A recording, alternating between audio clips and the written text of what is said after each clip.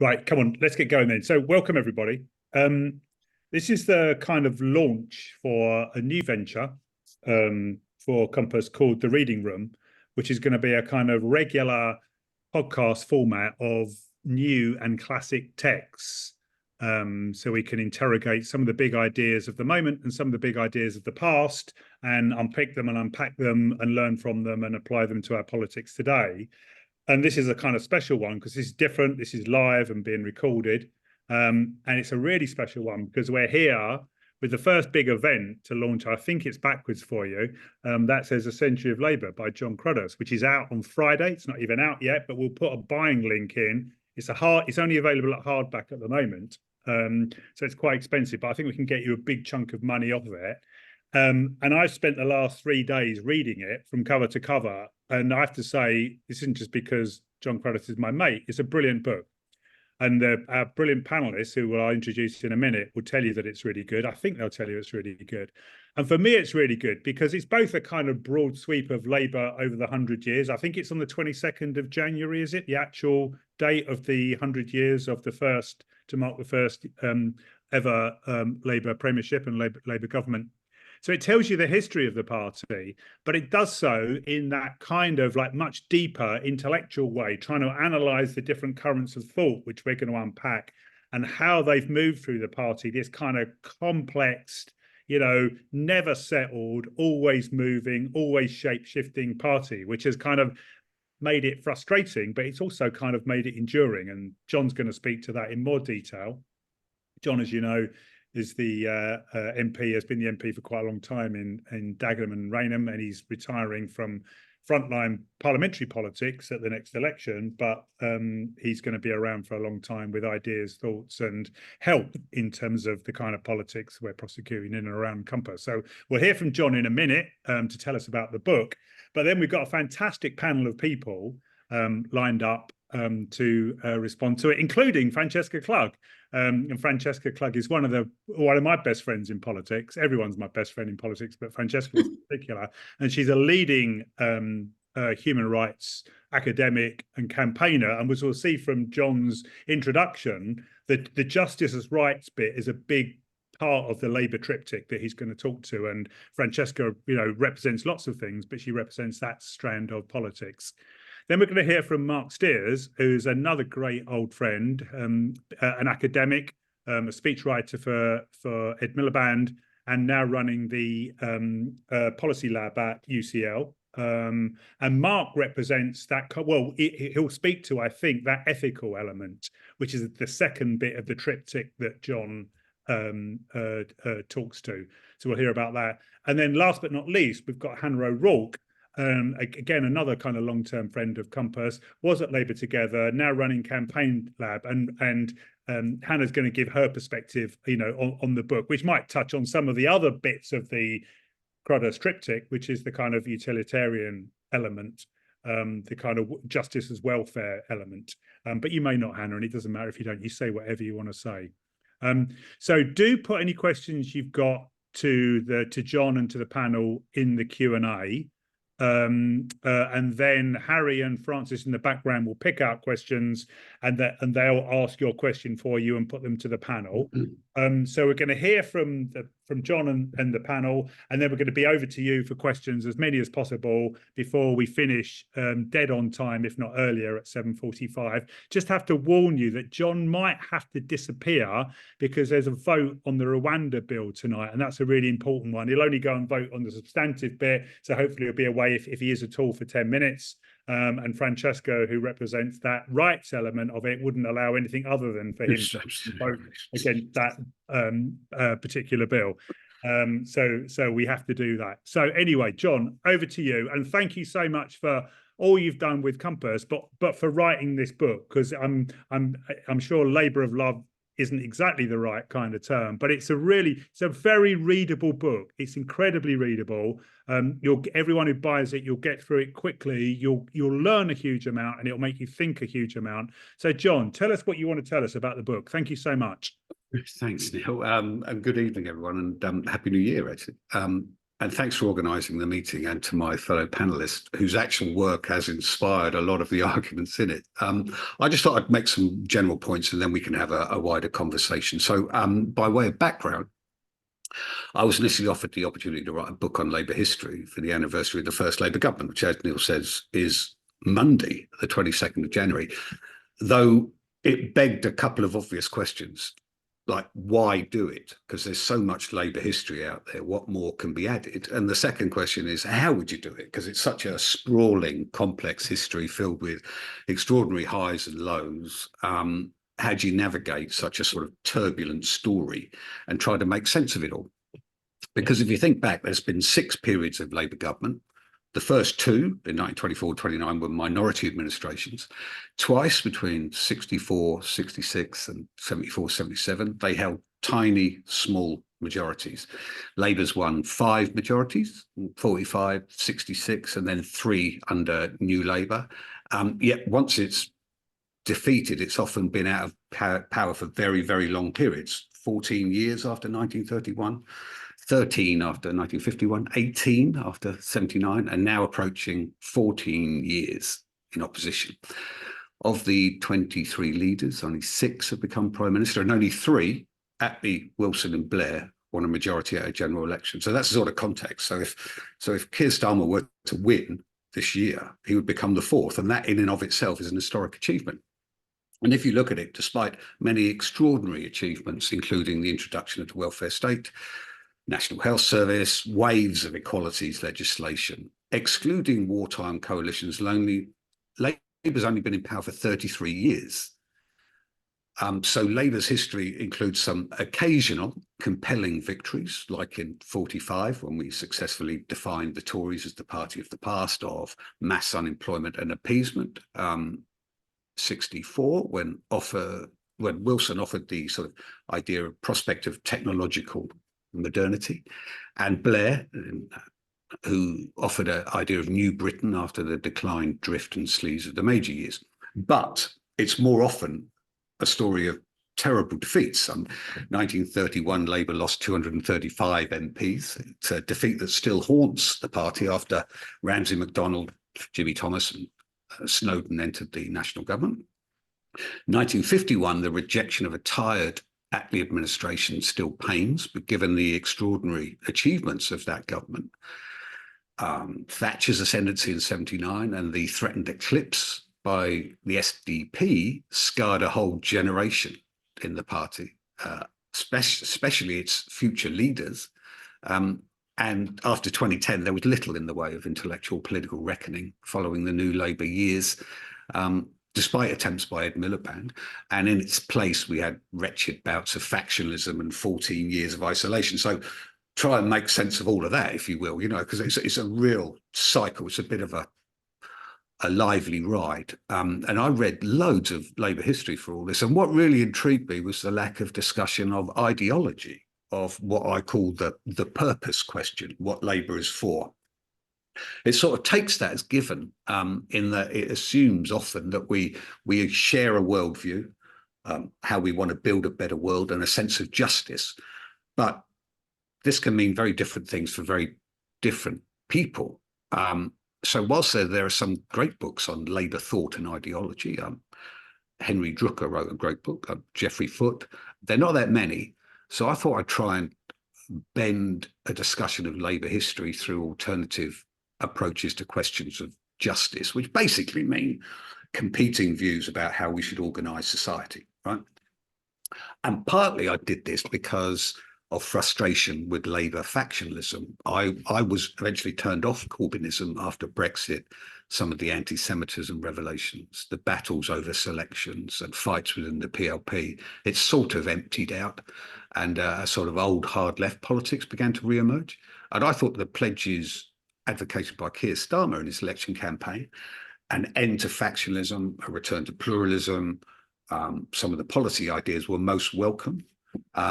But I am concerned, to be honest, about the role of an old hard right now in the party called Labour First, which sort of disappoints me. I suppose the case of Neil Lawson is exhibit A in some of those difficulties. So to me, to be honest about it, the 1980s and the 2020s, I always tended to view a lot of the hard left politics and the hard right politics in Labour very similar. Despite being combatants, they show very similar characteristics. They're not really interested in constitutional political reform and questions of liberty and democracy. They often invoke a highly centralised culture. They tend to be highly economistic and preoccupied with questions of party control and domination. Now, I accept that there's always been factions in the Labour Party. In the 30s, you had the Socialist League and the New Fabians. In the 50s, you had the Bevernites and the Revisionists. In the 70s, early 80s, you had the left and right, especially around the Ben Healy election for deputy leader. In the 80s and 90s, you had the modernisers and the traditionalists, and then you had new and old Labour. But it seemed to me over recent years, it's been a factionalism often at the expense of ideas and debate around political substance. And it's sort of become an end in itself for control and can speak to a sort of calcifying political culture. So most important in all of that, the quest for factional control is a method of imposing a single view about the purpose of the party. And as Neil mentioned, this question of purpose is really what the book's all about, because despite all this history of factionalism, from the outset, there was very little agreement about what the Labour Party was for. Even in the prehistory of the Labour Party in the 1890s, there was a debate about so-called socialist unity, which was rejected by Keir Hardie in favour of a more broad-based alliance of forces to promote Labour causes and issues. So from its creation in 1900, the LRC was a coalition of different organisations and philosophies. And I would say throughout Labour's history, it's remained a party without a formal ideology, identity or creed, a settled creed.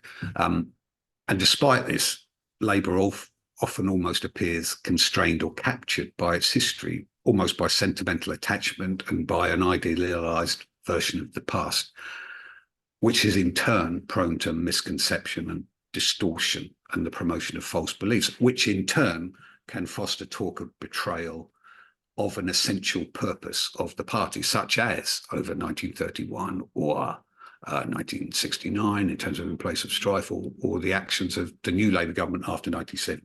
So given all of that, how would you navigate Labour history? So one obvious way is through biography.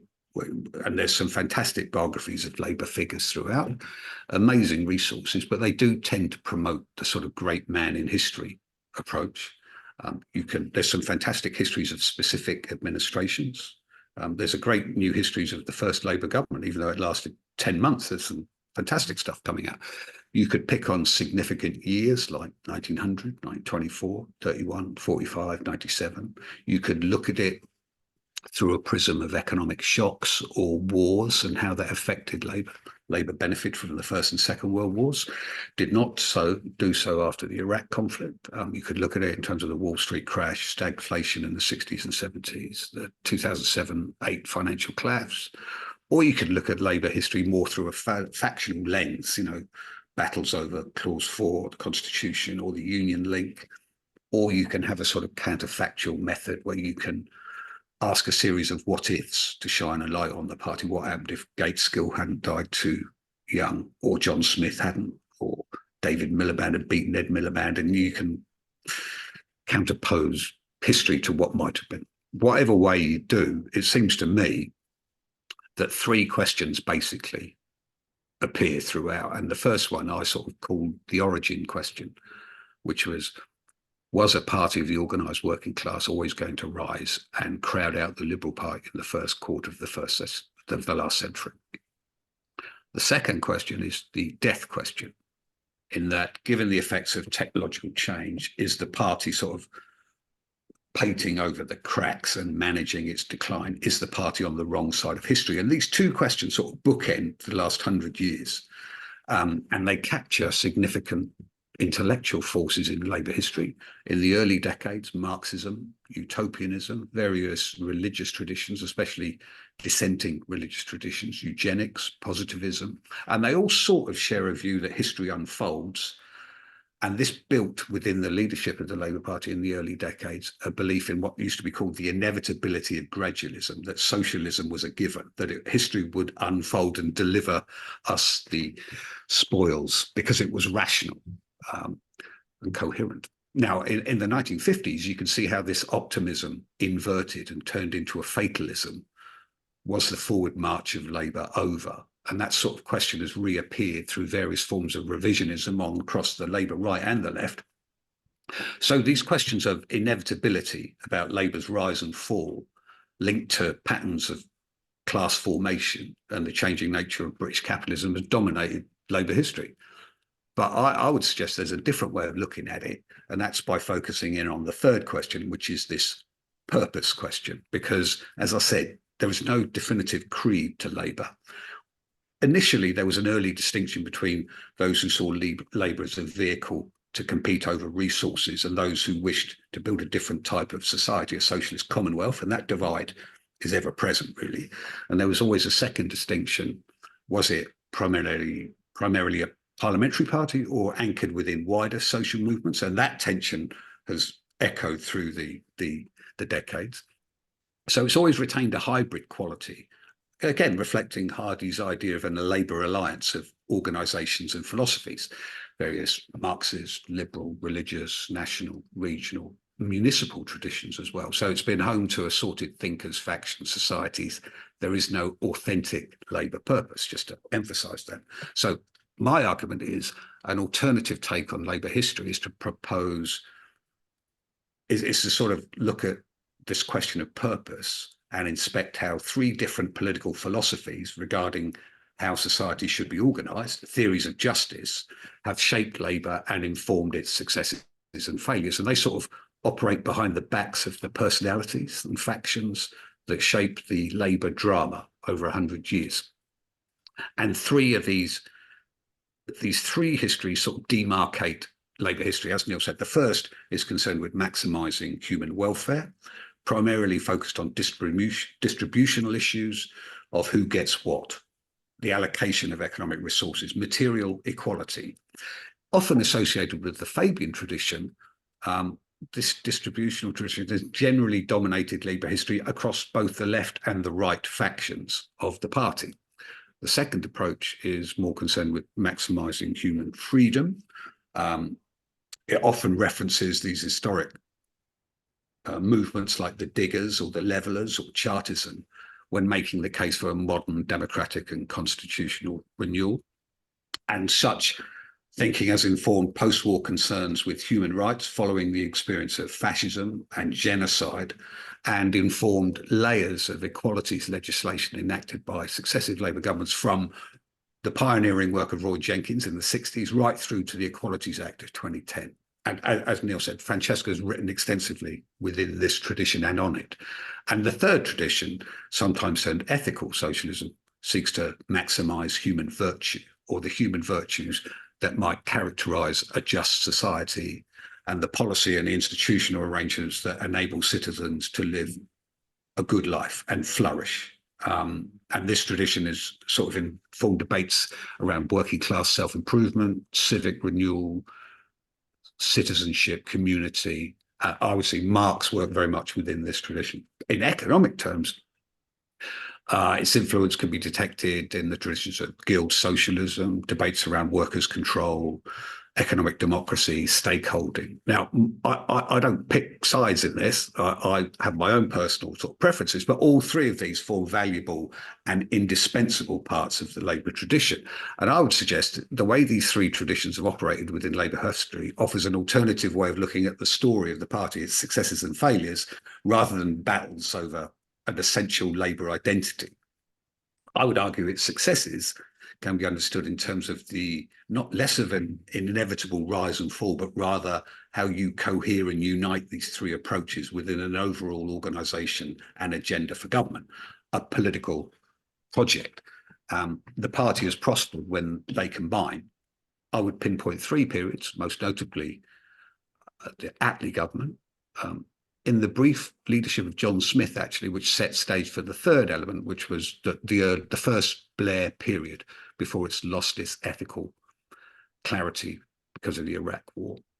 But for this to occur requires a culture of pluralism and internal generosity. But too often, one tradition has tended to dominate on both the left and right flanks, which is this statist, labourist tradition of distribution justice. And history does demonstrate on the positive side that Labour can weave together a story of national renewal, one equipped with moral purpose that can build civic virtue, enhance human rights, and advance material equality. Although without this unity, Labour can appear sort of somewhat cold and transactional. And obviously, this obviously offers a way of shining a light on the present situation of the party. And my argument would be, there's been 23 leaders of the Labour Party, and most have worked their way up through the party, which ties them to certain ideas, factions, and traditions. And in many respects, Keir Starmer is a unique Labour leader that he did not do that. He entered politics somewhat later and risen to the top with great speed. And unlike other leaders, there is little in the way of an ideological paper trail. And he appears detached from a lot of some of the factions. And he's used that to great effect. He is agile and he can move quickly. He's not trapped by history, factional association, or tradition, as reflected in the distance travelled since he's taken over. But the other side of that is it embeds an elusive quality to his leadership in terms of the traditional approach of leadership, in terms of his approach to these justice traditions. In the book, I detail 4 pivots that Keir Starmer's made. First one is away from his commitment to internal pluralism. The second, away from his 10 campaign pledges. The third pivot is towards some of the 1990s Labour politics, what used to be called a supply-side socialism, primarily around economic policy. And the fourth pivot is away from liberalism, which is also linked to changes within liberalism itself. But it's worth just dwelling briefly on this economic strategy, because underreported in recent months, Labour's developed a strategy that separates him both from the legacy of Corbyn and New Labour, in that Starmer isn't just a restoration of New Labour or Tony Blair, which often people describe it. It sort of echoes Harold Wilson in its diagnosis of UK's comparative economic performance and productivity problems. And it's a focus on industrial strategy, New Deal for working people. And you can see this question of growth as the likely organising principle for his administration. All I would say is there might well be a danger in that, rather attempting to draw from and reconcile Labour's traditions, which I argue is the hallmark of successful Labour history, he appears intent on a specific economic strategy to deliver change. And just like Wilson, sort of Starmer's strategy is incredibly ambitious. But we should remember, by the summer of 1966, the national plan of Wilson's had effectively been abandoned, along with its ambitious growth strategy, and replaced with strict pending controls and wage and price freezes. So given that a Starmer government will have a wretched inheritance, is this emerging strategy sufficient to resist the rise of authoritarian populism, the challenge of the forces that endanger the foundations of liberal democracy? We shall see that, but I would like to see, and what would be interesting to see, is over the next few months, does the Starmer project widen and deepen, embrace other intellectual traditions within Labour history, and build a wider story of freedom, democratic renewal, human flourishing, and what constitutes a good society? A wider embrace of these different traditions of justice, partly because, notwithstanding the Wilson growth strategy, the first Wilson government is best remembered not for its economics, but its approach to liberty, actually. Yeah. And the most significant features of Blair's first term was constitutional renewal, and it wasn't questions of economics. So overall, Neil, I suppose my call is for pluralism and reconciliation and against factionalism, which to me can empty out Labour history and is self-defeating in terms of its electoral performance as well. So hopefully it provides a slightly different lens when addressing Labour history and the current state of the party, and just uses the peg of the 100th anniversary of the first Labour government on Monday to sort of have a rethink about the last 100 years. Sorry, that's a bit of a gallop through, but that's just pulling together something.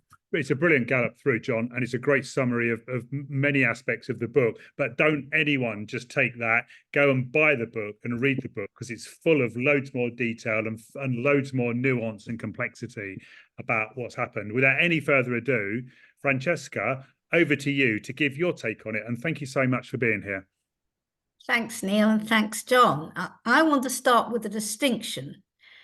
There's the knockout book called A Century of Labour that John's just described. And then there's the knockabout book of the same name that many of us on this webinar might have read about in the press over the last couple of weeks. Thanks for writing the brilliant book you've actually written, John. It's a serious book about ideas, which I'll focus on, leaving my co-respondents to no doubt comment more eloquently on the modern Labour Party. Yours is a book not just of encyclopedic knowledge, but of wisdom. The wisdom that comes with the experience of being an insider-outsider on the verge of retiring to another life. But first, you want to tell us what you've learnt. And these are my takeaways from what I've read of your book. I think we can all agree that more trees have been sacrificed in the name of dissecting what's gone wrong with the Labour Party than the planet can endure. But your purpose is also to try to capture what's gone right, or at least could do if a sharp eye and penetrating mind were applied to the wealth of material you've produced. Your recipe for a more successful century than the last one has 3 ingredients, as I understand it. First, abandon attempts to discern an essential purpose of the Labour Party, against which any deviation inspires cries of betrayal. In responding to R.H. Tawney's verdict from 9 decades ago, that the Labour Party does not achieve what it could because it doesn't know what it wants, ring a bell? You advise against seeking answers in an iconic policy like public ownership or even in the representation of specific economic interests. Second, your second prescription, therefore, is to develop the habit of self-reflection and learn from the past to develop a coherent present.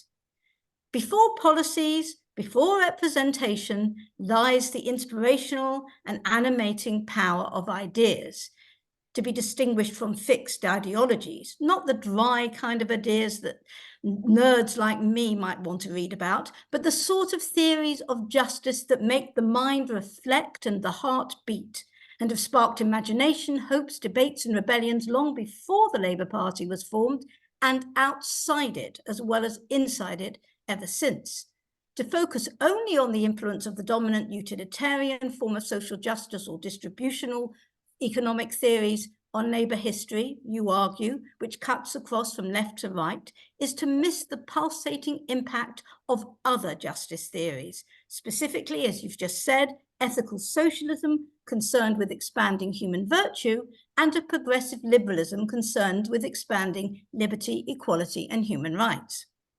For example, and this is my shortcut, the common mantra that the Labour Party is more Methodist than Marxist is rarely examined for its meaning, especially the ethical socialism or communitarianism that lies behind that claim. And likewise, when cynics ask, what has the Labour Party ever done for us? The answer usually at least encompasses virtually every progressive equality and human rights legislation of the 20th century, kicked off by Wilson and completed under Blair and Brown, including significant constitutional reform. Yet the intellectual drivers of this tradition is obscured in most tellings of the Labour Party until your book, John. And this leads probably to the third ingredient for success, and probably the most tasty. And that is abandon factionalism with deeds, not just words, and embrace and sustain a pluralist mindset by attempting to weave these different theories of justice together to create an effective theory of change. Now, to be honest, I doubt if your synthesis could be achieved without electoral reform, breaking up the large hegemonic parties which now paralyze imaginative thinking. But you cite the post-war Attlee government and Blair's first term as evidence of the rewards that can be reaped when this synthesis is applied in government. And this is where we part company a little. I'm afraid I just don't share your characterization of the early phase of New Labour as an extraordinarily rich, elegant composite of your 3 philosophical traditions. And this is just based on my own experience. Naive maybe, but when I first heard Blair as leader of the opposition espouse his so-called third way as a synthesis of economic justice, communitarian solidarity, and individual rights, I took him at his word. And I think that's what you're getting at, seeing an overlap with the post-war human rights framework, which New Labour were committed to incorporating into law. As you brilliantly amplify in your book, Jon, this post-war human rights theory of justice, kicked off by the extraordinary Universal Declaration of Human Rights, advocates that individual liberties on their own are of little worth without economic, social, and cultural rights, and that the respect and dignity for all human beings can only be secured through flourishing communities which sustain the common good. A neat synthesis of your three theories of justice, as you recognize. So very naively, and to cut a long story very short, some of us tried to persuade the powers that be in New Labour of this overlap with their third way.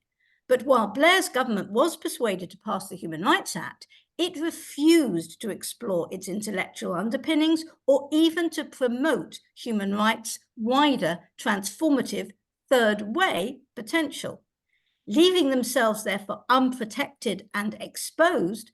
When the Human Rights Act started to have impact, they acted like, not me, Gov, we're not sure we like this human rights malarkey anyway.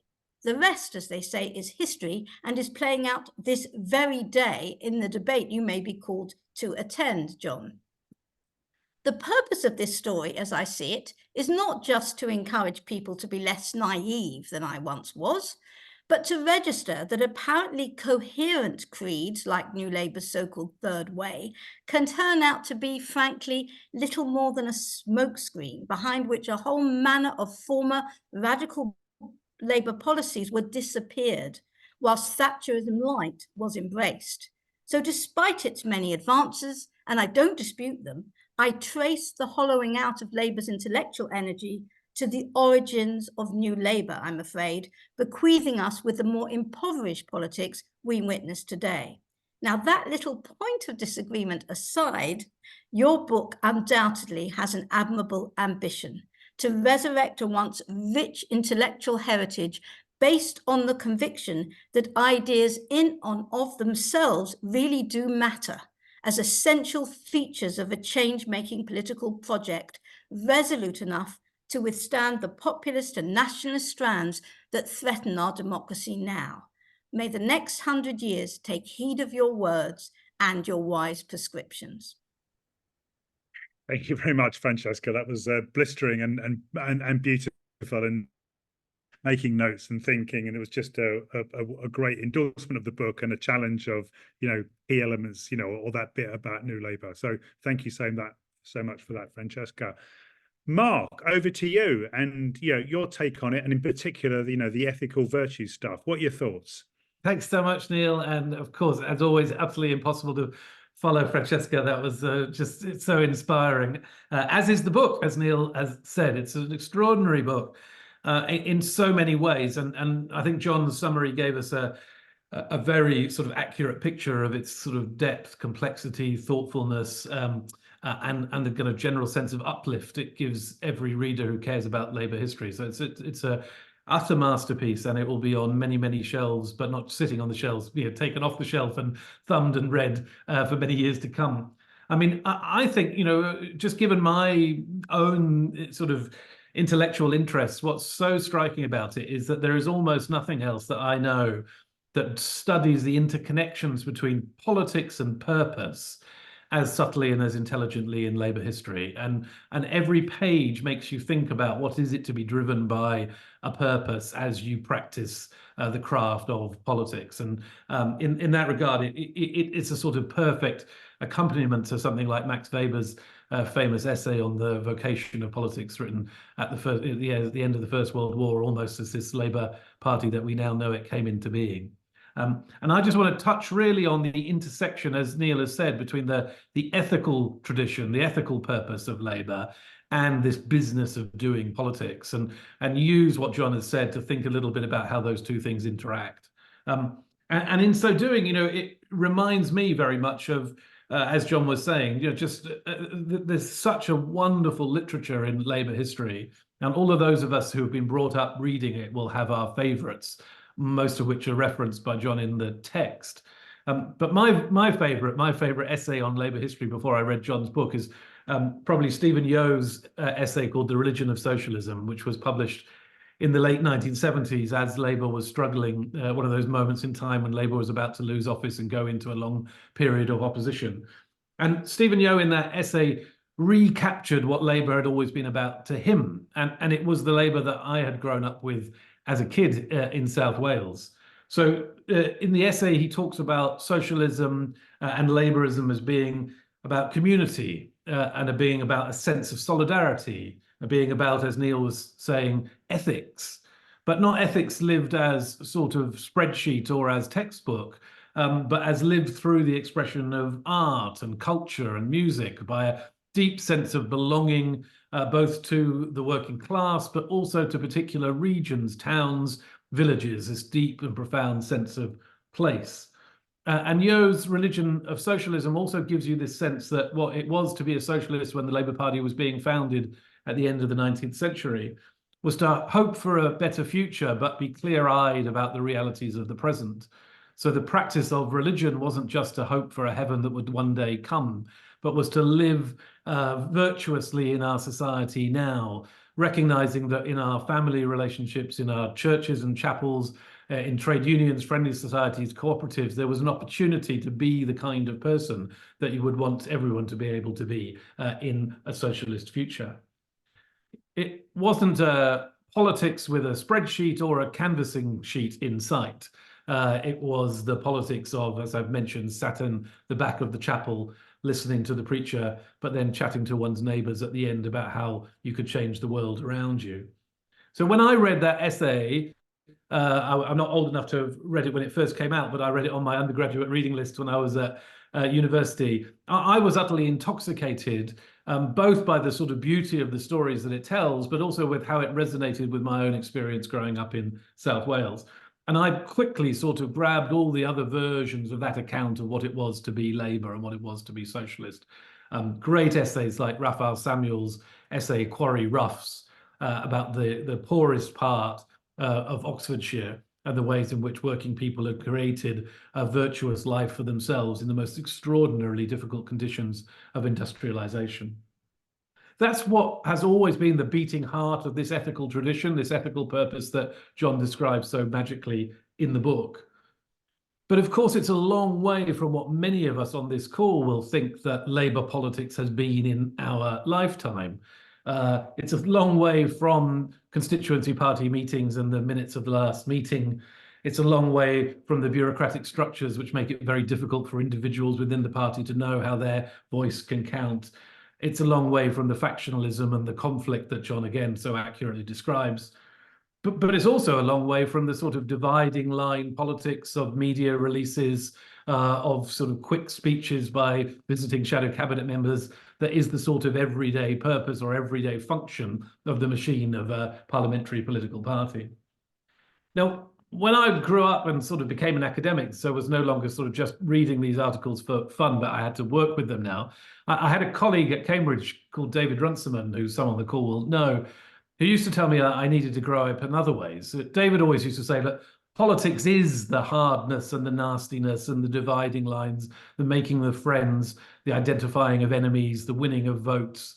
And it isn't all the things that Stephen Yo had talked about or all that Labour tradition had been. You couldn't have solidarity and compatriousness and friendship in politics. It just wasn't that kind of thing. But I think one of the magical elements of John's book is he shows us how many times Labour has tried to prove the falsity of that David Runciman claim. How many times it's tried to bring in this rich ethical tradition of belonging and of virtue into the hard mechanical practice of politics, and has almost got it right. In my own time, as John mentioned at the outset, these early years of working with Ed Miliband and the Blue Labour tradition and the visits of Arnie Graf from the Industrial Areas Foundation in the United States and this opportunity to create community organising within the Labour Party, all of this was motivated by a deep sense that Ed had that you needed this tradition of solidarity, belonging, place, and identity to be at the heart of a rebirth for the party after the new Labour years. These are efforts, I think, which have too often perhaps been cast as arguments about ideology in the wrong sense, about a particular policy, again, as Neil was alluding to, an argument about should we be having private ownership or public ownership, or what level benefits should be set at, or what the right mix in an economy is.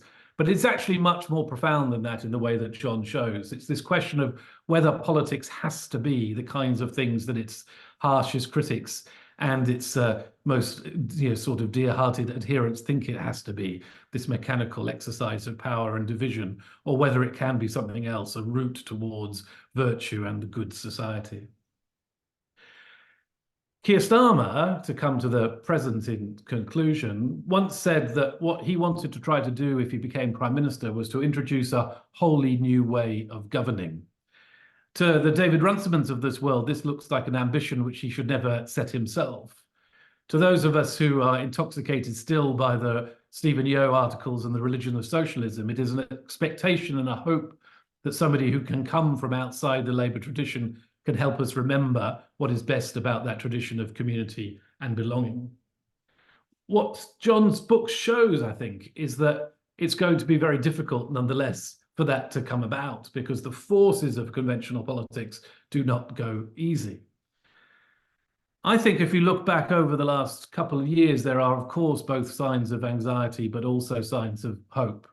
I pick up the leader's speech at the 2022 Labour Party conference and this year's the 2023 party conference, and see Keir Starmer referencing that ethical tradition of ordinariness, place, belonging, respect for working people, and using that to root the potentials for a new way of governing our society on the other side. Sometimes he calls that process ordinary hope. And that is a phrase which I know would have resonated with those people back in the chapels in the late part of the 19th century. The challenge, of course, is whether the mechanisms of conventional politics, whether the operation of the media news cycle, the expectations of bureaucrats of all kinds, whether the expectations of the various factional parts of not just the Labour Party, but other party will allow that process to happen. I think that anyone who puts down Jon's book will be challenged by that idea. And I hope many of them, especially on this call today, will find the opportunity to keep pushing for purpose in the processes of politics. Brilliant, Mark. Fantastic insights. Super helpful. And that great, ethical tradition is one that we've got to keep on injecting into the party. Hannah, before we go over the questions, over to you. And what's your take on the book? Thank you so much for being here.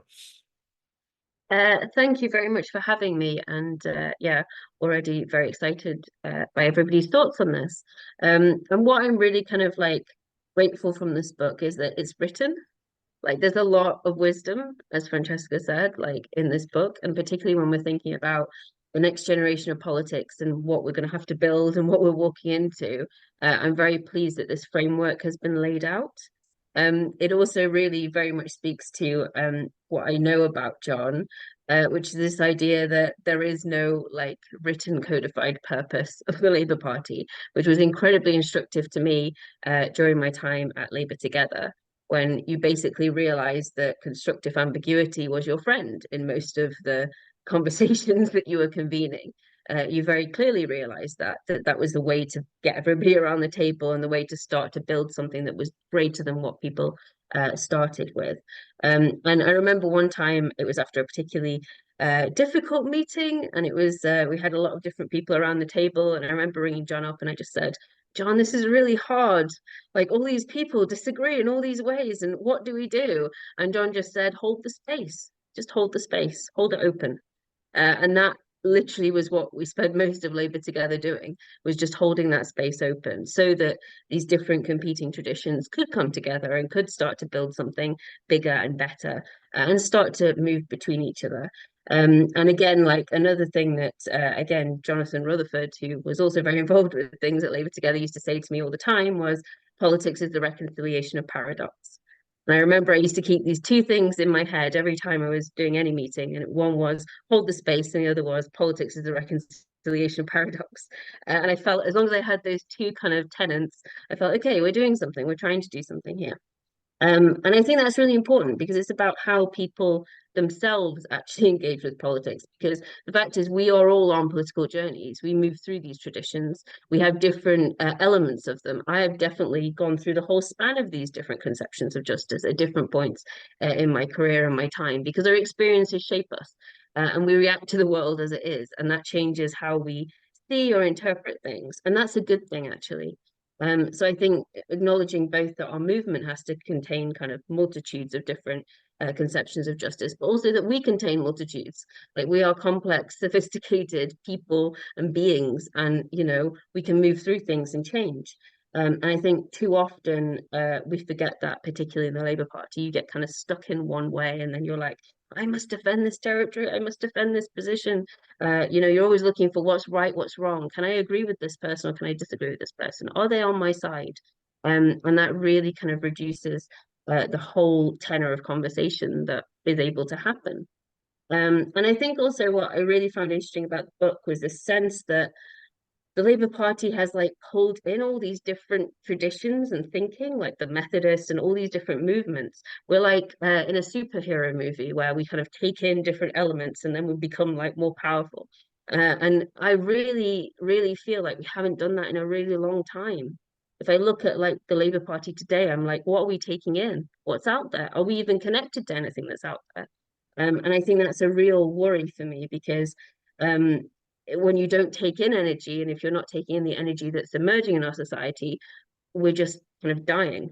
And that feels very problematic to me.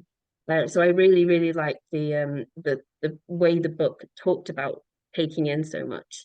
And I also think just it had a lot of the framework, in particularly around these three conceptions of justice, are incredibly instructive for how like we might move forward going in the next kind of like 50 years.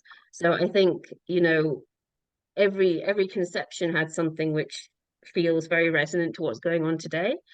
So things like the kind of utilitarian aspects of welfare. I think when you look at things like the effective altruist movement, you look at technology, like we are definitely moving further into technocracy. And that comes with positives and negatives. But again, really understanding that utilitarian aspect and what's good about it, and then also the limits of it, particularly, feels like it's going to be a very important kind of upcoming battle or upcoming question. I say that as somebody who is kind of adjacent to the effective altruists. I think that a lot of what they do is really good. But again, that's a really important challenge there. I think also the sense of labourism. Again, I don't think the Labour Party currently is particularly open to new unionism, new movements that are growing within new sectors. I think we've had a real struggle to actually embrace that and go with that. So again, when we think about what we're taking in and what we're not taking in, I think that's a kind of new contour which we're going to have to explore. And then I also think this sense of statism that you kind of referred to in the welfare bit, which is at the moment, there's loads of interesting conversations going on about this idea of AI as a public good. Like, how do we bring that into our state? How does that change how our state functions? How does that change the technocracy of our state? And again, that's a whole new conversation, which I don't feel like any of us are on the playing field. And actually, Labour really should be on the playing field for. And then if we look more to the kind of freedom stuff, again, other people on the call are probably more equipped to talk about this, but constitutional electoral reform feels necessary. But also our kind of state and our politics aren't responding to signals that people are sending it. So I think that's a real fundamental problem. So again, even thinking about that doesn't seem like it's really on the agenda. And I think also what's very interesting is that if we think about the increasing kind of technocratic techno-optimism that's coming down the line, there is a question of freedom there, which is you might have techno-optimism which manages to kind of make everybody equal and everybody gets an equal share of everything, but what is left?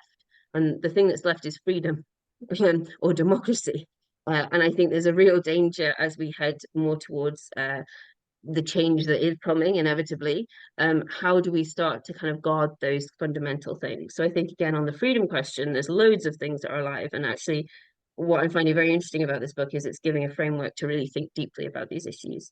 And then finally, this question of virtue and maximizing human virtue. Again, what I found really interesting the other day was there was a project that was trying to map different values to be able to teach AI about values. Very interesting that people are trying to do that. But again, it returns this question of, can you do that? What kind of values are those? And I don't think we're even talking about that at the moment. And particularly also, I think, as we have headed into a kind of very atomized society, quite depressingly, we have to rebuild a lot of human connection, and we have to rebuild society. And I think particularly what Mark was talking about feels incredibly important right now. And I think particularly that question of like, what is it to flourish as a human, is going to be very alive soon. And I think doing some deep thinking about that feels important. But what I kind of want to end on, because I've realized I've gone on quite a lot, is the thing that was most wonderful to read about this book, and to think about this sense of history, is that the Labour Party is kind of like one long chain of people handing a party to each other and being like, what are you going to do with it? You know, it's the next century, it's the next decade, you've got these problems, what are you going to do? And there was really this sense of like, we are responsible for this thing. Like, people have had this thing before us, they have done different things with this thing. We are now in charge of this thing. And that really made me realize that how we treat the party, how we behave in the party, the norms, cultures, and ways that we kind of interact within the party really matter. Because fundamentally, if we're going to deliver this thing to the next generation and say, what are you going to do with it? We want it to be alive. We want it to be kind. We want it to be pluralistic. We want it to be open to new things, because we are responsible for this thing. We have stewardship over it. And I think that really kind of made me think that the book really emphasized that we can't just kind of let it die on our watch, or let it become, you know, overly hateful on our watch, which I worry maybe we have. So yeah, this sense of responsibility and stewardship for the party really came through in the book. Fantastic, so yeah, Anna.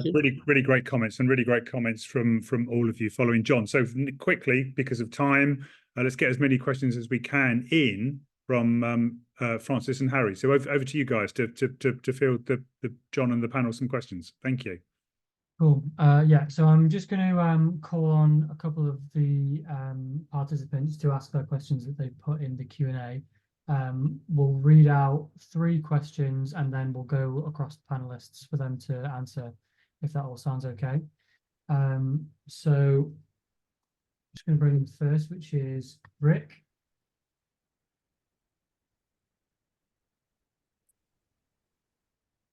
Hello, can you hear me? We can, Rick. Go ahead. That's great. Thanks very much. I have to confess, John, that I've not read the book yet. Partly I came on this call to find out if I wanted to, and thanks to you, I definitely do now, because it was a really detailed and coherent gallop through the book that you gave us, and it's excited me that I want to find out a bit more. But my specific question was going back to what you were saying about the Keir Starmer leadership and how they seem to be focusing in on an economic vision of what the purpose of Labour is. Now, I might have some issues with that, partly because, as you said, judging by the experience of the Wilson government, that's actually quite a risky horse to be riding, because there's so many things that can go wrong with it. So to major on an economic kind of policy format is perhaps dangerous. And I was wondering what your advice would be about some of the non-economic policies that that the leadership should be pursuing, especially given the current climate where clearly most people are just sick of politics and sick of politicians. And there are some, I would imagine there are some fairly easy wins, fairly low cost wins that they should be putting into their policy kind of basket. So I'll leave it there because there's lots of people with questions to ask. Okay, let's get a couple more in. Harry and Francis, thank you.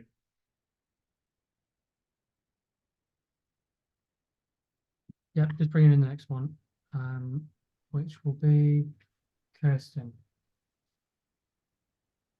Brill, let's just get him in as quickly as possible. Hi, Kirsten. Good evening, everyone. Thank you very much for an absolutely fascinating session. And thank you for writing the book. Let me just see. Which question do you want me to ask? Because Whatever one you want to ask, Kirsten. all right, then. Well, let's say, would the introduction of proportional representation, which is currently a bit of a problem with Labour, and which would obviously result in the inevitable coalition governments, would that take us closer to a pluralistic model of governance, do you think? Fantastic question. Very compass. One more, Harry. Yeah. I'm going to bring in Rob.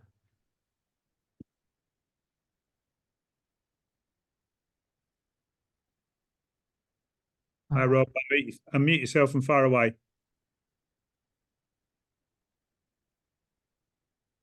If you don't unmute yourself, Harry will ask the question. No.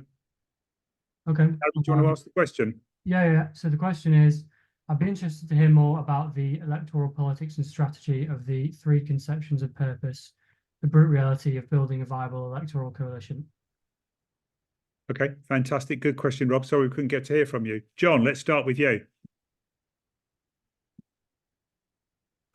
Thanks. Great questions, and thanks for all the comments, by the way, as well. They were fantastic. Lots to ponder over in terms of Second edition.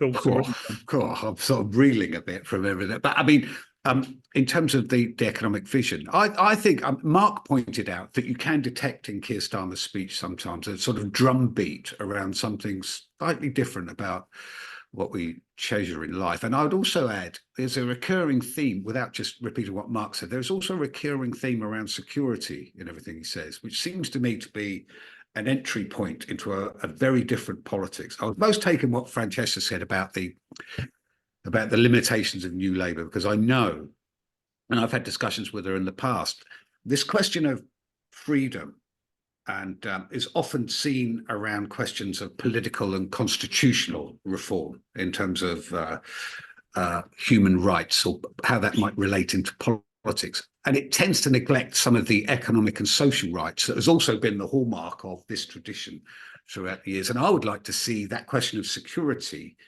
open up in terms of a different sort of politics around what Roosevelt used to call freedom from fear, sort of positive liberty around security in our communities in terms of patterns of policing as well. But also, I would go further and talk about the right to work and the right to decent housing and the right to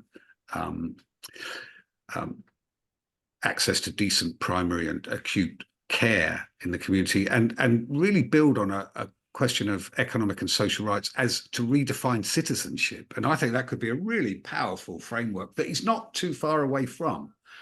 I just sort of fear that it might contract into quite an economistic an agenda for the future, which leaves resources that are available underused in terms of the building a more potent political weapon. Add to that the climate issue, which I see as the great moral challenge of our time. And I think we shouldn't compromise in framing it around the big intergenerational and moral challenge of generations of politicians today. So there's huge space there, it seems to me. And I can see the beginnings of something in terms of what he's done so far, which is different to New Labour and different Corbynism. And I think hopefully over the next 6 months, we'll see this develop and widen and deepened into a really substantial political philosophy in terms of whether it requires PR in terms of making sure constitutional democratic renewal are centre stage. I tend to think it does. I don't think it. I mean, having said that, in its past, Labour has ensured that this tradition is part of a governing project in government. So it doesn't necessarily require it, but I think it would be aided by it.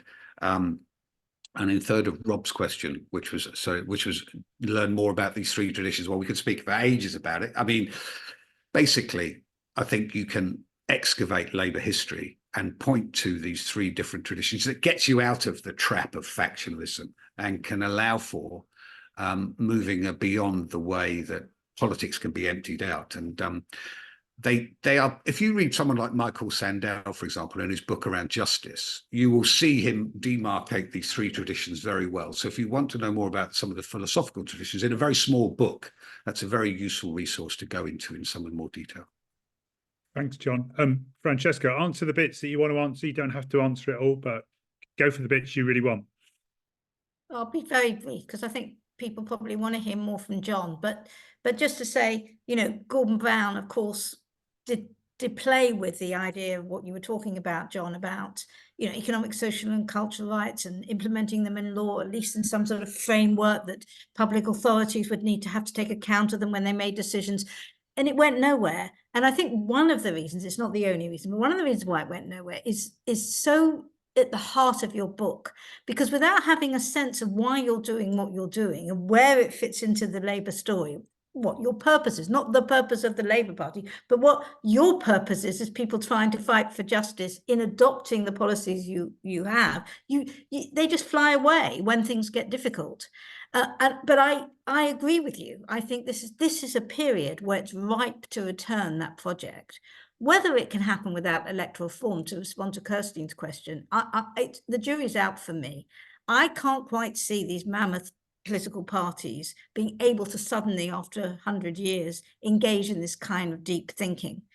But, you know, you could argue that having lots of small parties, they could become, you know, very siloed and not endeavor to go down the holistic synthesizing project that John has suggested. Personally, myself, I think a shake-up like electoral reform would lead to that kind of deep dive self-reflection that John is suggesting, prescribing.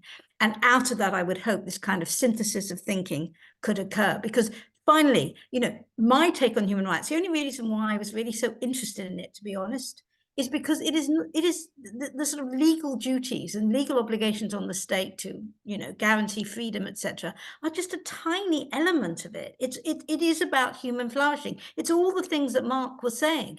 These kind of ways of thinking, they exist in silos if there are people aware of them at all. And the big project of this century, which is what I took away from John's book, which is why I simply loved it, is that we need to start working and putting them together. That's our job now. Brilliant. Thank you, Francesca. Mark, over to you. No, again, be keen to hear other questions. Just a very quick response with that. Okay, again, Francesca and John put it brilliantly, which I think this is a moral moment. So I think that the debate will be ethical and purpose-driven, even if those machines of politics don't want it to be, because people will insist on it. And I know it's on everyone's mind, but the post office scandal film has demonstrated that so powerfully in the last few days. It's just a whole country saying enough. And that's not been driven by a utilitarian tradition or by political calculation. That's just been driven by human moral outrage at injustice. And I think you can read that across a whole host of issues, and that's what politics will look like in the next decade. Thanks, Mark. Hannah, over to you. Yeah, I'll be super brief because I agree with what everybody said. Just on Rob's question about like the electoral strategy that come with these three different conceptions of justice, I think if you blend the justices or the types of justice, you actually get much more reach. Like that's the thing. If you have a slightly more pluralistic way of interpreting these, you actually will be able to build a platform that will be, you know, for the whole country, and in a way will bring in different groups. So yeah, just that addition to that question. Fabulous, fabulous. Okay, Harry, let's get 3 more in quickly, and then we'll try and do at least a couple more before we wind up. 3 more quickly, be great. Sure. Okay. Shall I read them out or shall I bring them in? Yeah, but read them out would be better. I think we'll get more questions in. Thank you. Fine. Okay. So we've got the first one from Vicky. How can we ensure a serious debate without having a go at the others being the basic approach? Some ground rules. Second from Colin. To what extent is Labour like the social democratic parties in Europe, or is it very different? And one from Alexis. Do you think Labour is failing to make the case for an equality agenda that focuses on poverty, social equality and human rights? Fabulous. Should we take you in? Well, let's stick to the same order and reverse it for the last lot. So John, factionalism, European social democracy, and inequality. I think Labour's story is one that has been shaped by the peculiarities of Britain, actually. And so I think there is a unique story. There are obviously generic elements in terms of political forces and the nature of social democracy, but it is a peculiar one. It seems to be partly because of the nature of the United Kingdom and the legacy of imperialism, all sorts of history that has informed it, and the speeding of timing of Britain's industrialization, making it the first, created a specific detachment of the law from a lot of our lives in terms of patterns of labor relations, et cetera, et cetera. So these unique characteristics, it seemed to me, has forged the context within which these three traditions rip through the institutions. I should add, though, I would suggest this is a generic model that could analyze progressive politics in other settings. And you can do it to analyze different political parties and political traditions. I would argue that these three traditions bend through the Conservative Party or the Liberal tradition as well. So it's a sort of model or a method to analyse different sort of political formations in different countries. On the question of is it possible to embed a wider question of equality there, Alexa, I think it is. And I do think you can see some building blocks, which hopefully will be sort of worked on over the coming months. I quite like Keir Starmer's visions, you know, these commissions that he's established, because I think they create opportunities to embed something on pretty solid foundations over the next few months. I worry that possibility will be crowded out by the political orthodoxies around the campaign professionals and some of the factional stuff that could empty that possibility. But my point that I would make, which is one Mark echoed, I do think this is a moral time in terms of the environmental challenge, the epic challenge of new technologies, which tend to be seen in terms of utilitarian, in terms of what's best for Britain PLC, but they have the potentials to invade and challenge our essential humanity. So on a number of fronts, the rise of authoritarian populism, the challenge facing liberal democracy, this is a moment that demands that we excavate all these traditions to build a story of national renewal rooted in the moral challenges of our time, I'd say. Francesca?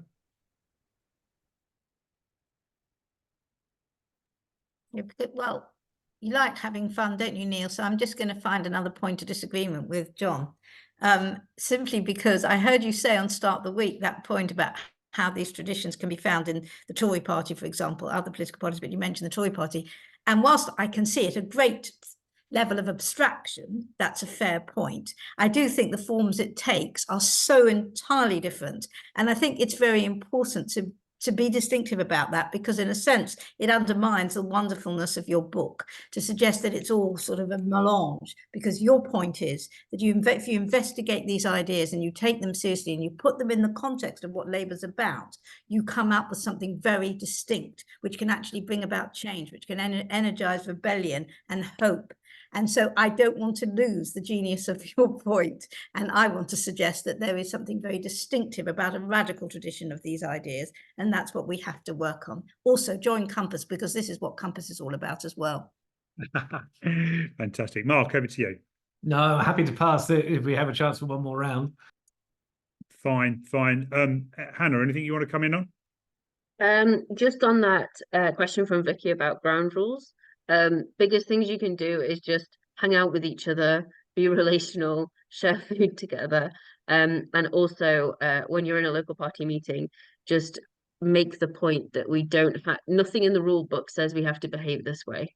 You actually we can do many things. We don't have to do what's written in the rule book. Like, we can do anything. A local Labour Party can organise, a community event. It can do anything. Just think beyond that rule book. Very good advice. Just don't get yourself expelled in the process. I know. Not yet expelled. Harry, is there kind of one or two big questions we can just finish on and let John and the panel wind up? Sure. I've got two more lined up. One short and sweet one from Claire, which is why is Labour still wedded to neoliberal ideology? And one from Adam. Do you think that AI could provide new purpose to the Labour Party as capital seeks to replace workers with software that will bring in the moral societal reorganisation issues? John will like that one. Okay, let's go in reverse order. So Hannah, Mark, Francesca, John, and this is your chance to sort of wrap up and your final comments on the book. So Hannah, over to you. We've got about a minute each. Thank you. I guess just everyone should read this book. And I'm really glad that it's kind of, we've got it. And I'm really glad that we've got this framework. And I think that more people should think about how this framework applies to the challenges of today and what that means. And then also think more carefully about like how we, create a Labour Party that can continue to manage these different competing conceptions and actually grows and thrives in that. So, and I That's all I'll think say. that would answer the question that we wouldn't be so wedded to neoliberalism, and perhaps we wouldn't put so much stock in AI. But I'll let John answer that one. Francesca, sorry, Mark, over to you, and then Francesca. Mark first. Yeah, just on neoliberalism, or that which goes by the name of neoliberalism. I mean, my own view is that that era is over, and it's over not just in the Labour Party but across political traditions. And where the battle is now is to draw on our deep resources, intellectual resources, ideological, moral resources to try to construct something new, and to do that with courage and conviction. And that's when politics is at its most exciting, but also when it's most important. And again, everyone watching the Iowa caucus yesterday knows what's really at stake, and that's not neoliberalism. That's something else, and that's where our political battles are now going to be fought. Fantastic, thanks, Mark. Francesca. 100% agree with Mark. Couldn't put it better. Maybe now we can rescue the word liberalism again from the neo bit, because of our positive connotation to that word, which has almost been destroyed. And on AI, I'm still reeling from hearing Hannah say that AI is being taught values. I'm absolutely terrified about this, and I want to talk to you about it later. Thank you, Francesca. John, final word from you. Go on, unmute yourself, John. Go on, that's it. Sorry about that. You can tell I've been hidden away. Project for all I've been doing these things. I did this because I do think, like Mark, this is this is a turning point, historic turning point. And I could see Ed Miliband, Corbyn, and some of the things Keir Starmer is doing are definitely trying to push back on the neoliberal domination of politics in ways that often have been unsuccessful, but they are sort of attempts to chart a path through this, which is very difficult because Labour also has very narrow paths to victory as well. So I'm totally understanding, as a long-standing political hack, that it's very difficult for Labour to win elections as well. That's the other element to all this. So how you radicalise, you sort of get out from under this legacy. And I think you could do that by owning the victories and the defeats in our recent history as well. And that includes having a much more subtle analysis of the whole new Labour period, which I tried to do in terms of how it changed over time, rather than just whether it is good or bad. It seems to me the changing texture of that new Labour period and where Blair came from and where he ended up is an untold story in Labour history, which means it's very difficult for us to own the recent history, warts and all. And that's part of a reformation that is necessary and is undergoing,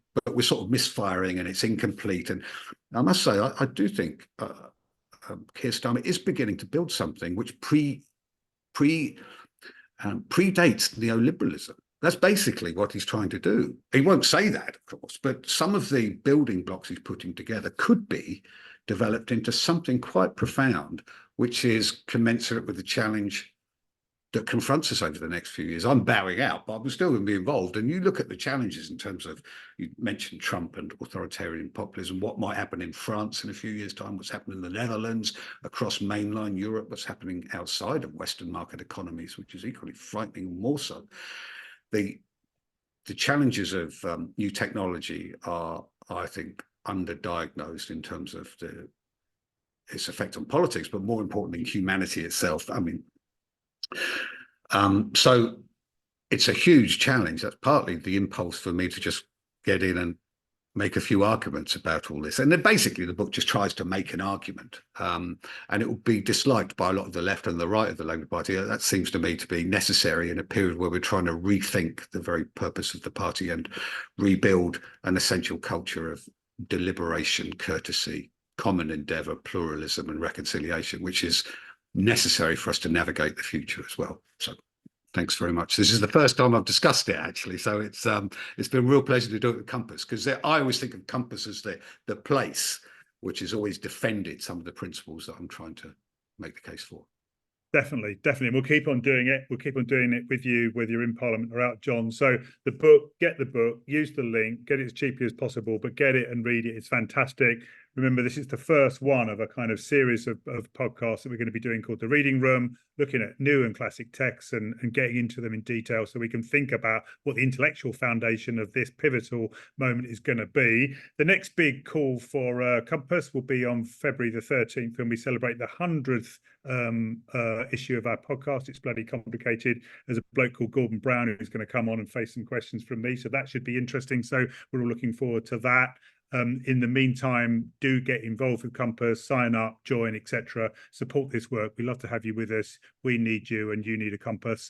John, thanks very much for the book. Thanks for all you've done for Compass and all you're going to do. Thanks so much, Mark. Lovely to see you. Hannah, wonderful to see you. And Francesca, as ever, it's been beautiful. Thanks, everyone, for being on the call, for asking your questions. Get the book, read it, and let's continue this conversation because we need to. Thanks, everyone. Safe trip home. Take care. Good night. Bye-bye.